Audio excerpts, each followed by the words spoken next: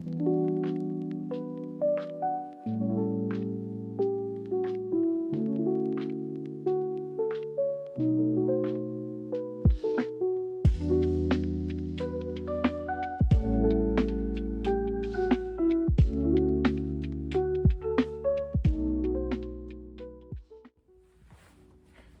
and welcome back to Aetherea.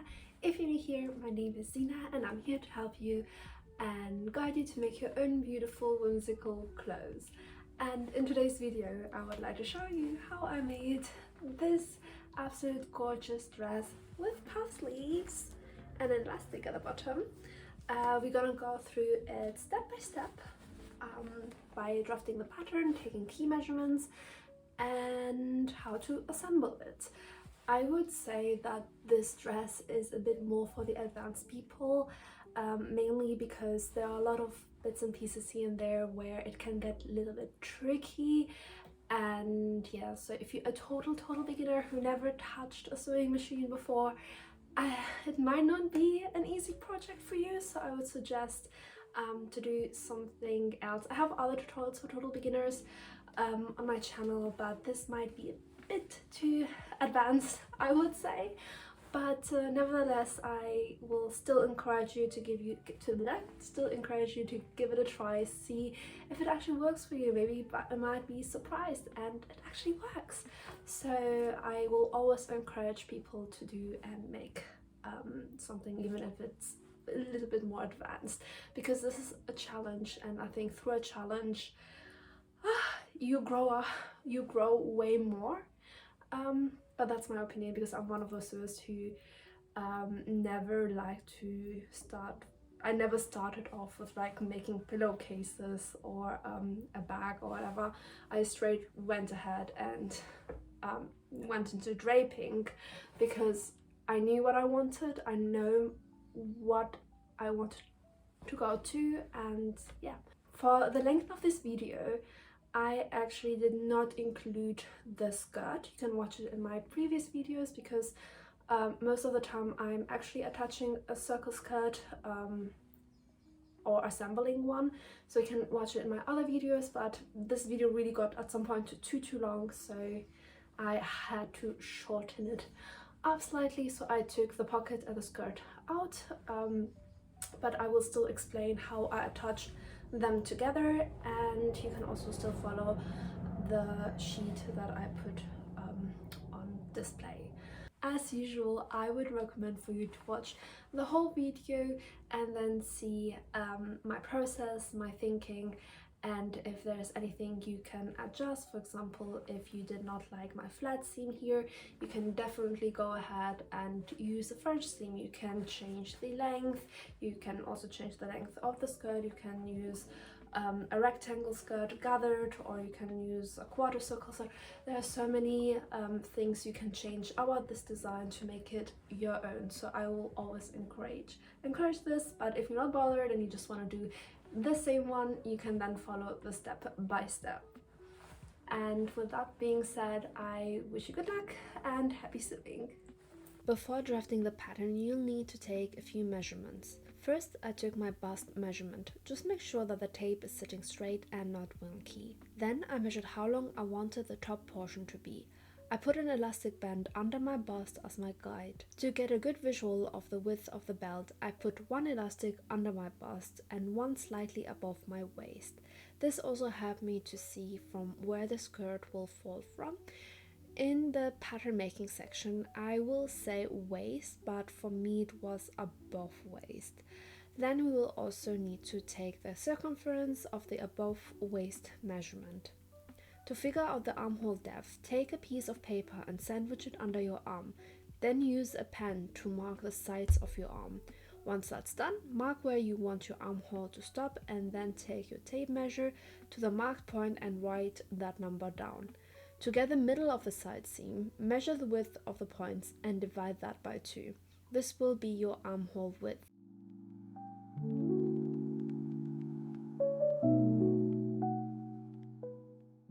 To figure out the sleeve cap, I wrapped a piece of fabric around my upper arm.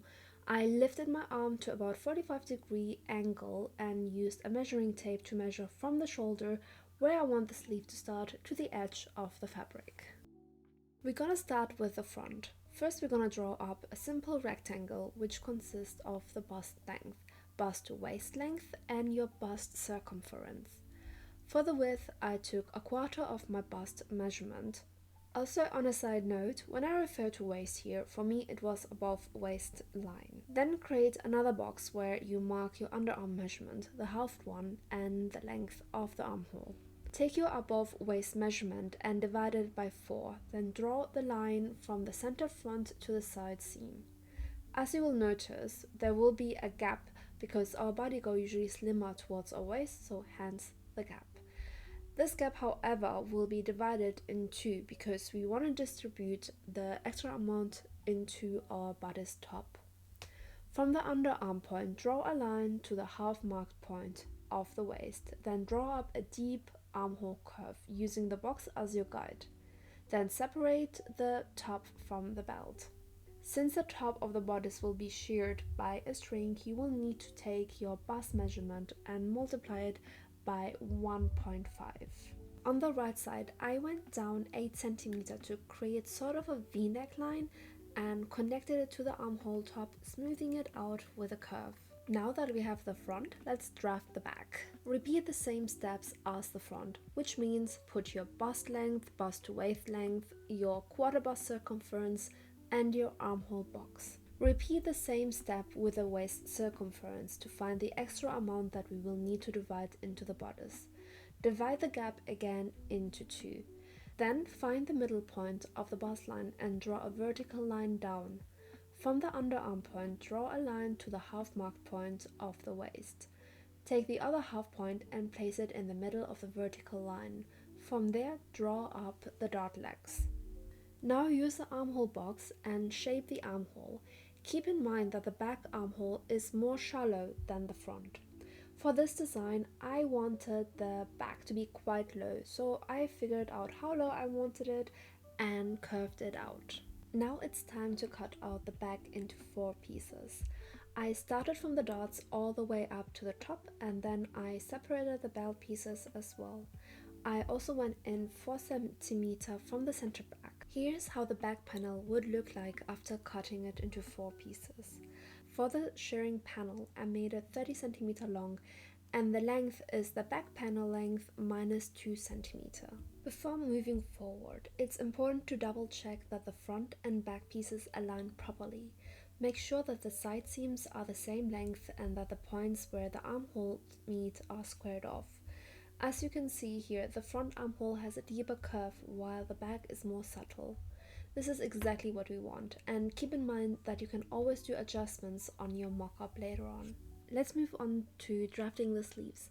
Start by drawing a horizontal line. This line should measure twice your bicep circumference.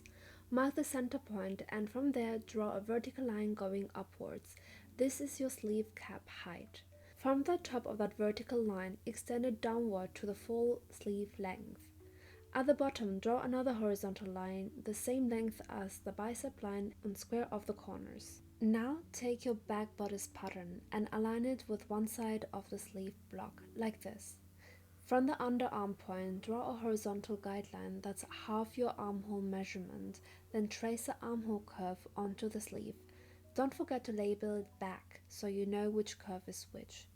Repeat the same step with the front bodice on the opposite side. Now that we have both the front and the back sleeve curve traced, it's time to connect these curves with the cap point. Once connected, draw a few vertical lines. Carefully cut along these lines, stopping just before the top so you don't cut all the way through. This will allow you to spread or rotate the pieces. As you can see, the cap curve as well as the bottom curve have changed. They have way more volume to create the puff sleeves that we really want for this dress. All you need to do now is smooth out these curves and you have your basic puff sleeve pattern. Moving on to the skirt. The skirt is quite simple. I took the measurement of my waist or above waist and put that number into a circle skirt calculator. If you want to add pockets to your skirt, add about 3 cm extra. Here I went for a full circle skirt. Here is an overview of all the pattern pieces we just made. Don't forget to add your seam allowances. For the outer fabric, aka main fabric, these are the pieces that you will need to cut out. These pieces out of the fusible fabric and these pieces out of lining fabric. I used the outer fabric as my lining since I had tons of it. Once you're happy with your pattern, it's time to test your design by creating a mock-up. Do not skip this step. It's super important. A mock-up allows you to make adjustments without the risk of ruining your final fabric, especially if it was an expensive one. Once you're happy with your mock-up and your patterns are perfect, it's time to put your pattern pieces on the fabric and trace it. I added my seam allowance on the fabric. I find it quite easier to do it this way nowadays. I feel like I have better control and I feel I'm more accurate.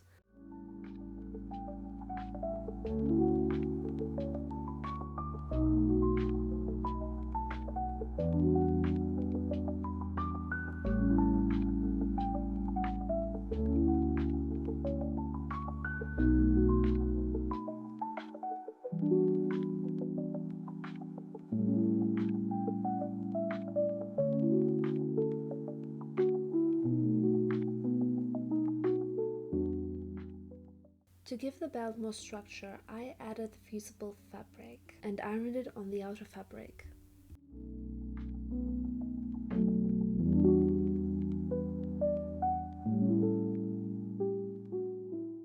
I've done the same for all the other back pieces as well. Here is an overview of all the pieces that I've cut, so the fusible and of course the lining. Starting with the front, I first hemmed the center front by folding the edges 2 times using my little guide and ironed it in place before taking it to the sewing machine.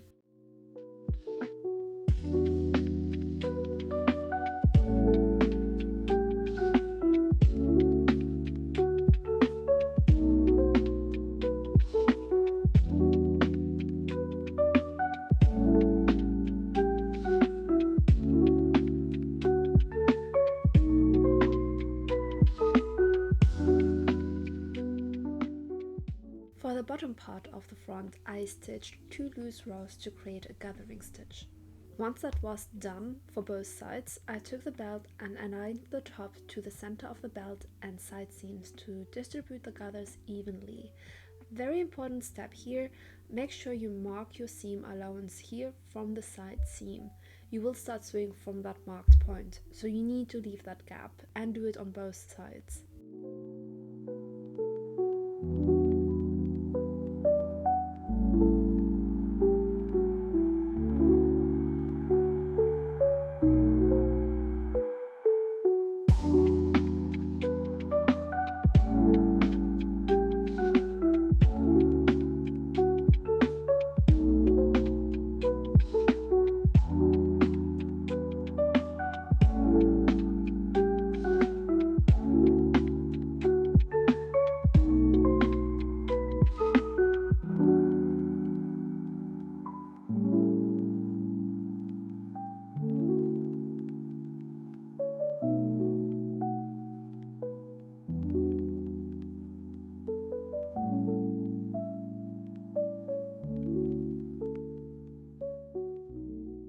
After sewing the gathers, I removed the gathering stitches. Pro tip here, do not throw your threads away. Use an empty thread holder and wrap it around. You can always use the threads for hand stitching projects later on.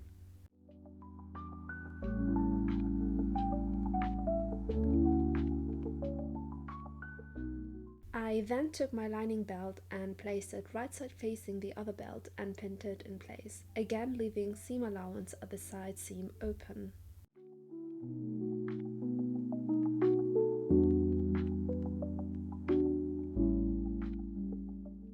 Moving on to the back panel, stitch the 4 pieces together. I would suggest here to name your pieces and add arrows to see which piece belongs to which, as they are quite similar and it does get quite confusing at some point. Also, do not forget to iron your seams. Repeat the same steps for the lining.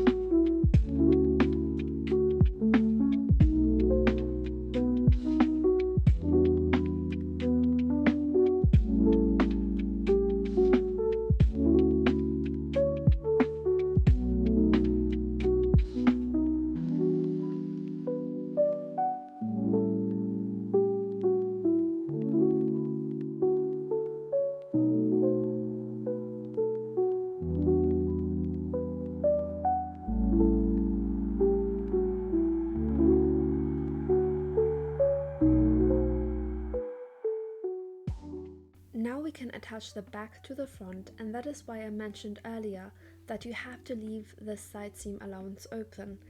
I attached my back piece with a fusible fabric right side facing the front and pinned it in place.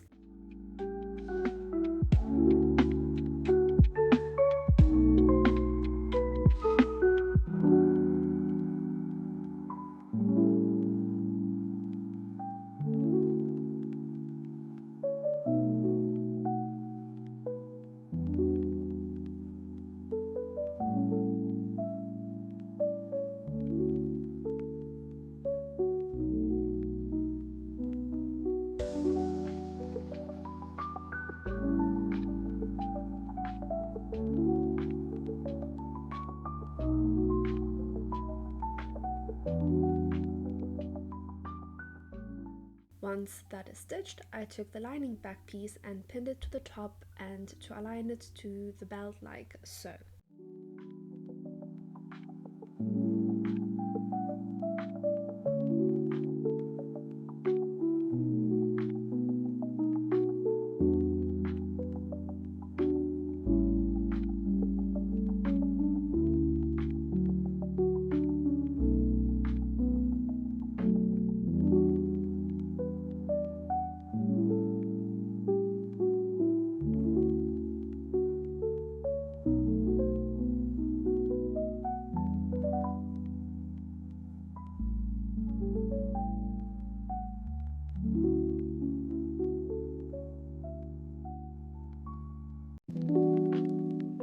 As you can see, the inside and outside finishes look super neat.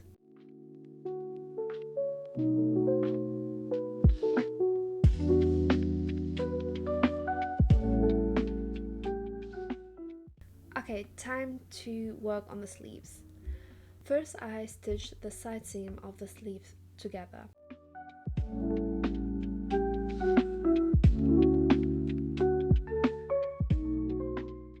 To hide the raw edges, I again use a flat seam, meaning that one side of the seam will be cut shorter and the longer piece will be rolled on top of it.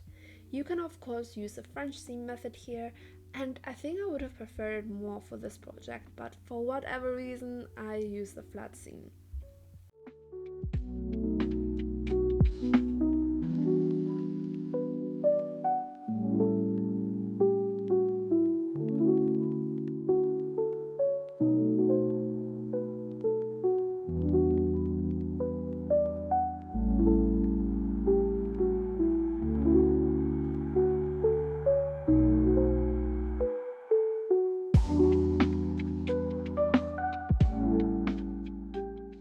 Once I had a clean sleeve, I pinned the sleeve to the bodice.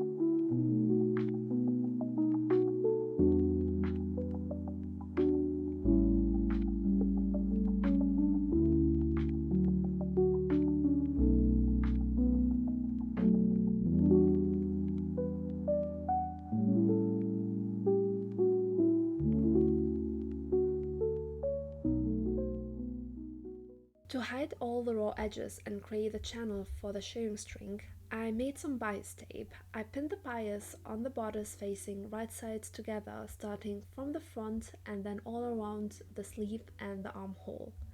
I stitched it in place and then cut away excess fabric to make it less bulky.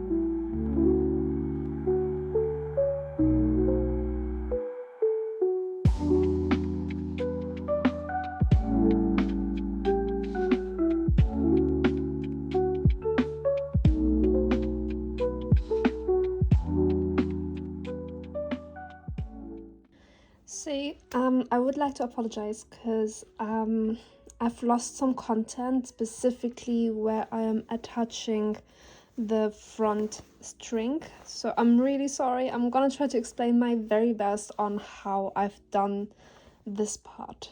Basically, as you can see here, 1 second, where is it? This is the bias tape for the back, and this is the bias tape for the front.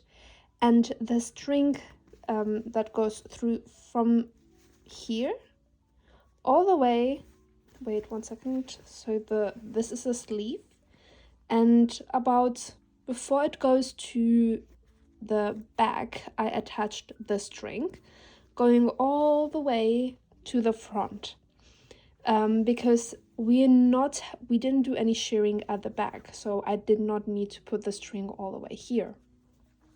And the way I've done it is, let me show it on the mock-up, maybe it's a bit easier to understand. I stitched the string on the seam. So not here, not where you will actually see it, but on the actual seam. And then I just normally created a channel for it. So technically the string is as long as the full-on front, so at least it goes all the way out. You can always shorten it, but this is how I did it. I hope it makes sense. This is the best I can actually explain it.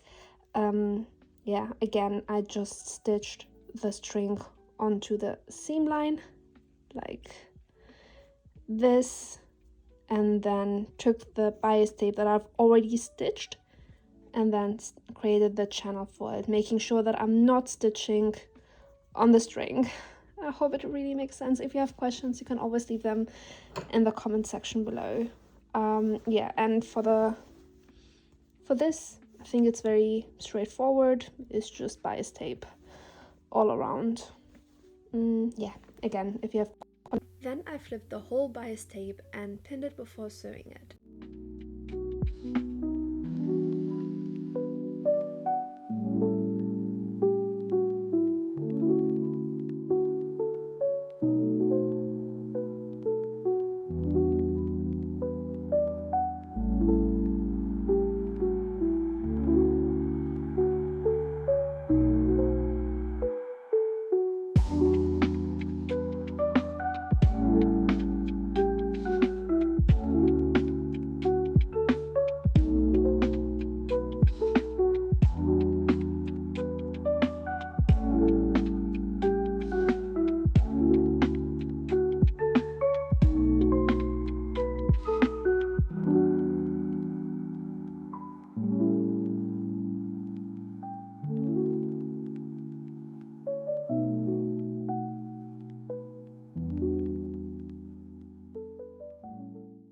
This is how it should look like once you're done.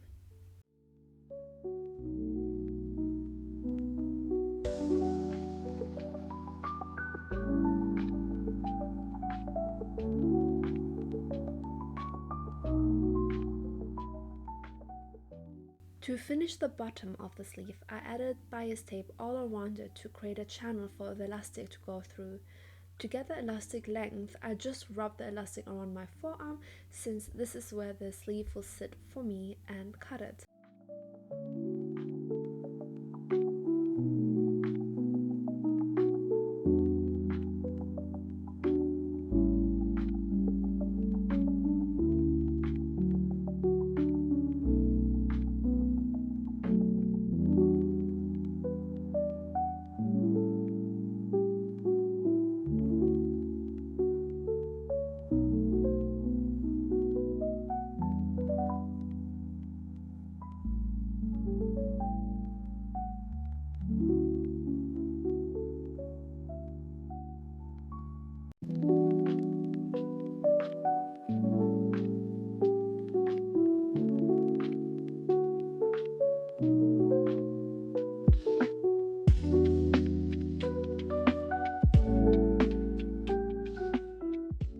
Using a safety pin, I place the elastic through.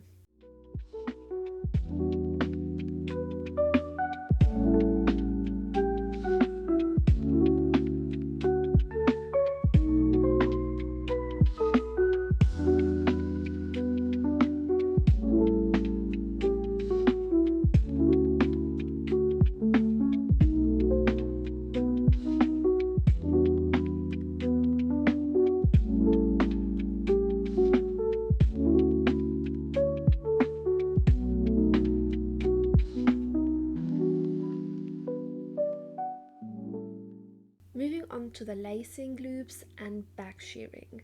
First, let's start with the back shirring. Take the panel and hem the top first.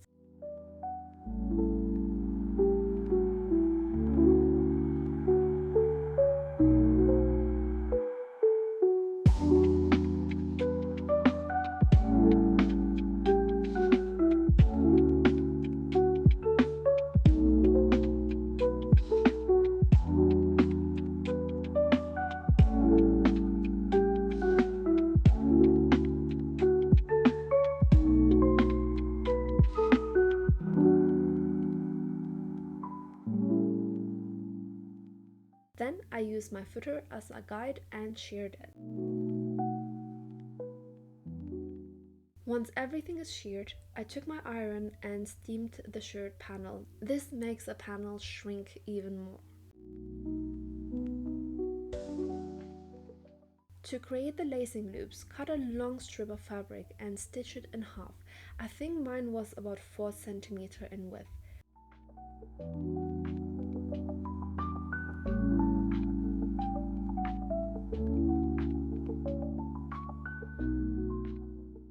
To flip the string inside out, I cut a small opening and took a bobby pin and looped it through and went all the way on the other side of the string.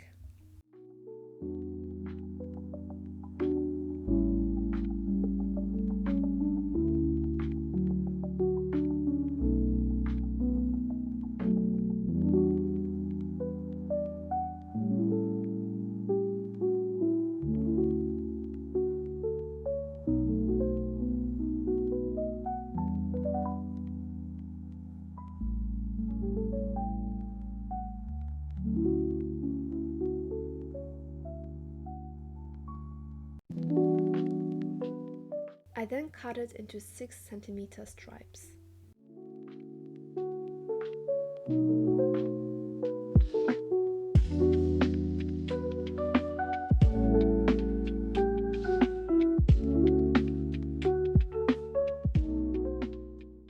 Taking the bodice, I marked where I wanted the loops to go and clipped them in place.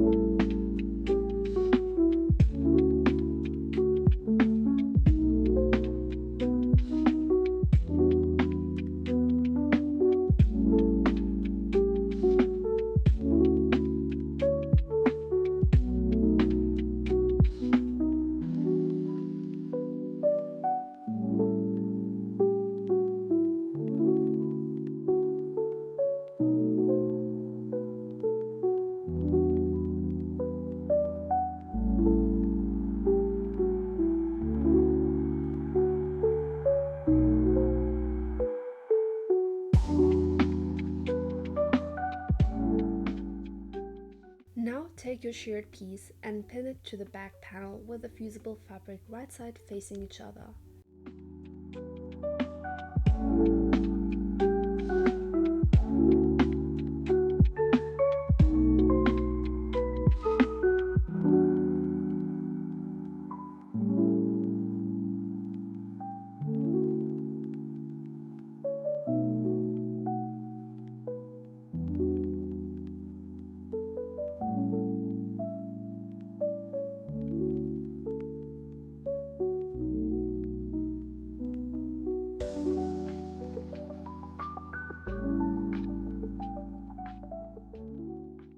Then I took the lining of the back and aligned the bottom edges with the other back panel together, right side facing each other. Technically what I've done here is I sandwiched the laced loops and shirred panel between the back panels. It is a bit tricky to pin, but it's actually quite easy to stitch on the sewing machine.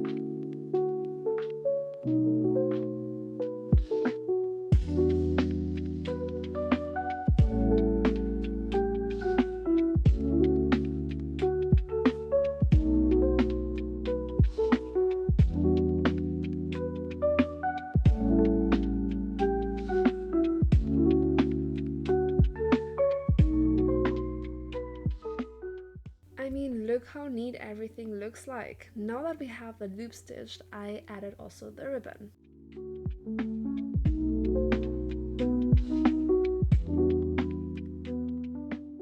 To hide all the raw edges of the back, like the front, I used bias tape.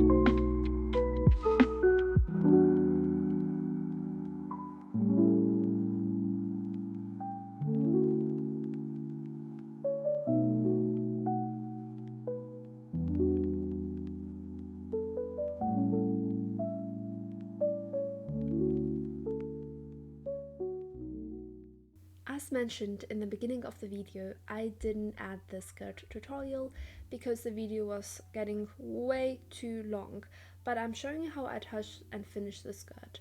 To attach the skirt to the bodice, I first created a gathering stitch.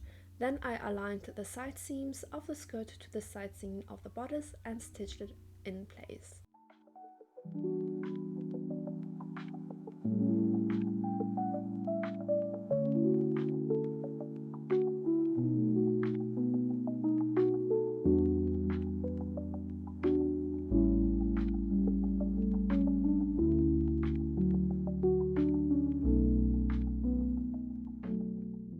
To hide all the raw edges where the skirt meets the bodice, I decided to use bias tape. In my opinion, it looks super neat and quite professional.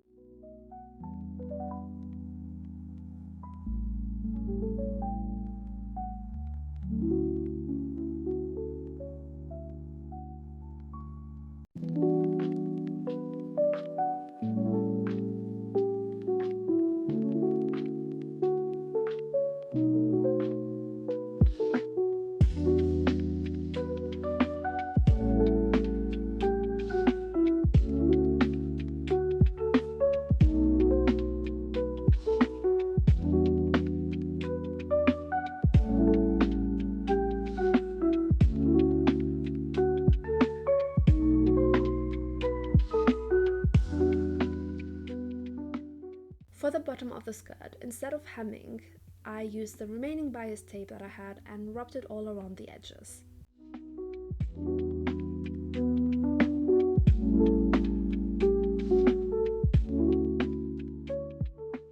And here we are, a beautiful dress with puff sleeves. I know I said it for every single dress I made so far, but I think this might be my favorite design.